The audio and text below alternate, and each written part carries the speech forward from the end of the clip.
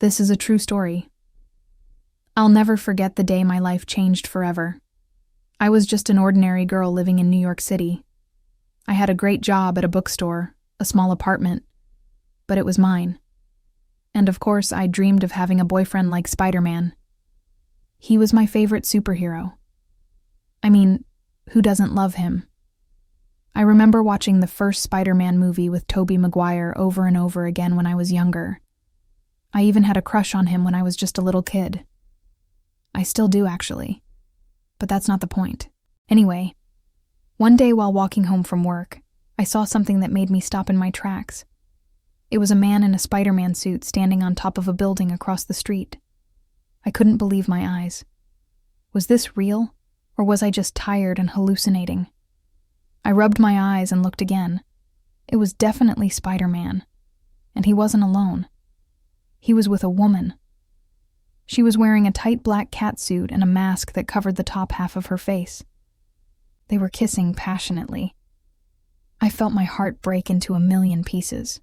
I tried to convince myself that what I was seeing wasn't real, but it was. The two supervillains from the comics I've read about so much were really there. The ones I thought only existed in stories. Black Cat and Spider-Man. What were they doing together?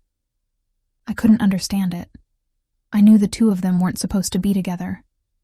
I mean, Spider-Man was engaged to Mary Jane. I think. At least that's what I'd read in the comics. Who was this woman? Why was she with Spider-Man? And why were they kissing? I wanted to call out to him, tell him that someone was watching, but I couldn't make a sound. I was frozen in place, shocked by what I was seeing. Suddenly, the couple broke apart and turned to look in my direction. Our eyes met, and I instantly looked away, embarrassed. Had they seen me? Was this awkward or what? Then I heard Black Cat's voice. She was calling out to Spider-Man and telling him to leave.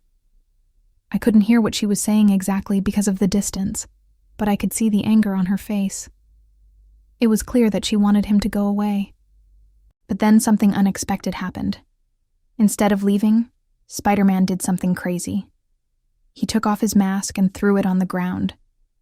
I couldn't believe my eyes. He was taking off his mask in front of me. In front of everyone. He was showing me his face. I felt my breath hitch in my throat. Could it be? Was this really happening? I didn't know what to do, what to say. I was stunned. And then he jumped down from the roof and disappeared into the crowd. I stood there for what felt like hours, watching the spot where he had been standing. I couldn't believe what I'd just seen. Spider-Man without his mask. It was surreal. I wanted to tell someone, but who would have believed me? No one. I was the only one who had seen him. I was the only one who knew his secret. For the next few days, I couldn't get Spider-Man off my mind. I kept thinking about his face, about the way he looked at me. I couldn't stop replaying the moment we'd locked eyes in my head. I was obsessed with him. I started reading the comics again, hoping to find some answers, some explanation for what was going on. I wanted to understand him better. I wanted to know more about him. Then one day, as I was walking through the city, I saw a group of people gathered around a newsstand. A headline in the Daily Bugle caught my eye. It read, "Spider-Man's identity revealed." I couldn't believe my luck. Maybe I would finally get some answers now. I bought the paper and started reading. As I read through the article, my heart sank.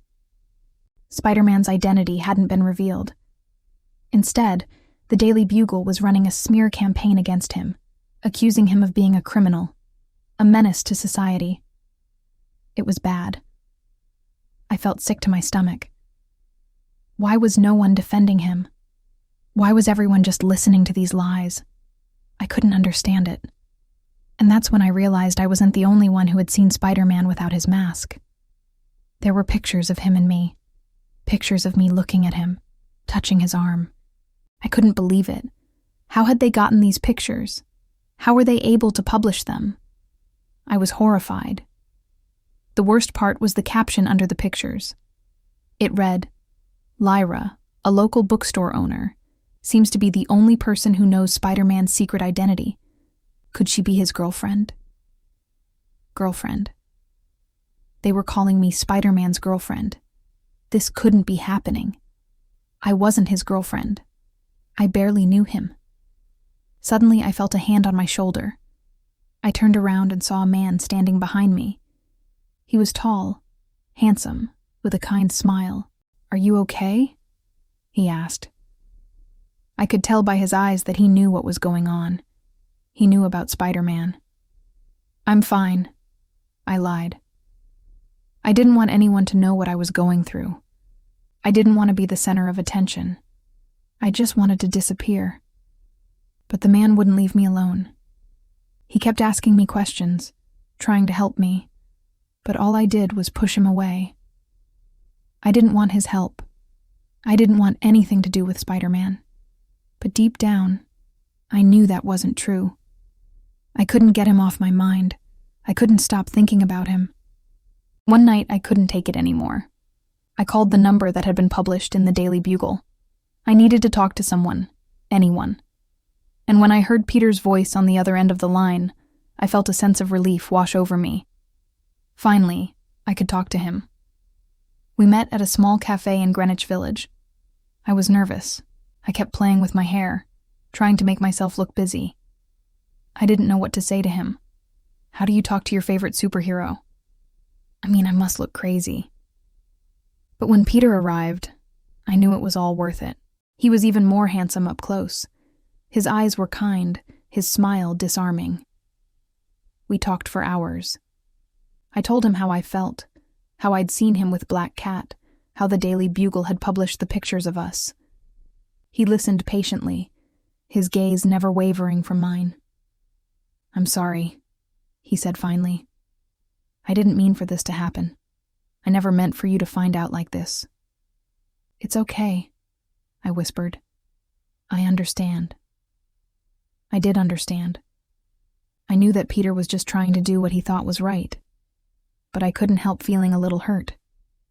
"Do you have feelings for Black Cat?" I asked him. The question slipped out before I could stop it. I knew it was a stupid thing to say, but I couldn't help myself. Peter's face fell. "I used to," he admitted. "But not anymore. I'm sorry, Lyra. I never wanted to hurt you." My heart broke for him. I knew he was telling the truth.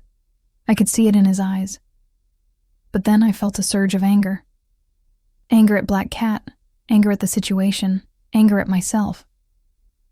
"Why did you take off your mask?" I demanded. "Why did you show me your face?" Peter looked down at his hands. "I don't know," he mumbled. I couldn't keep up the lie anymore. I was tired of hiding from you. I wanted you to see me for who I really am." "But you don't understand," I cried. "You don't understand what you've done. Because of you, my life will never be the same. People think I'm your girlfriend. I can't go anywhere without being recognized. I can't even go to work. I feel like I'm trapped." Peter reached out to touch my arm, but I pulled away from him. I couldn't believe what I was saying.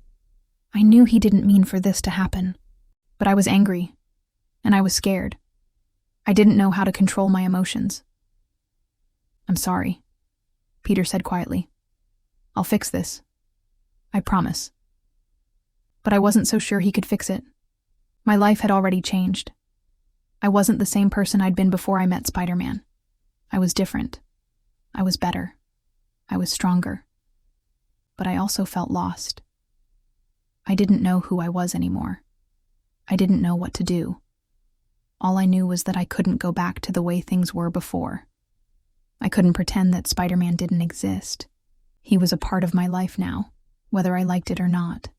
And as I sat there staring at Peter, I realized I had a choice to make. I could let my anger and fear consume me, or I could accept the new reality. I could accept Spider-Man in my life, not as my boyfriend, but as a friend. I knew it wouldn't be easy. There would be challenges, obstacles, bad guys. But I was ready. I was ready to face whatever came my way. Because I was no longer just Lyra, the girl who loved Spider-Man.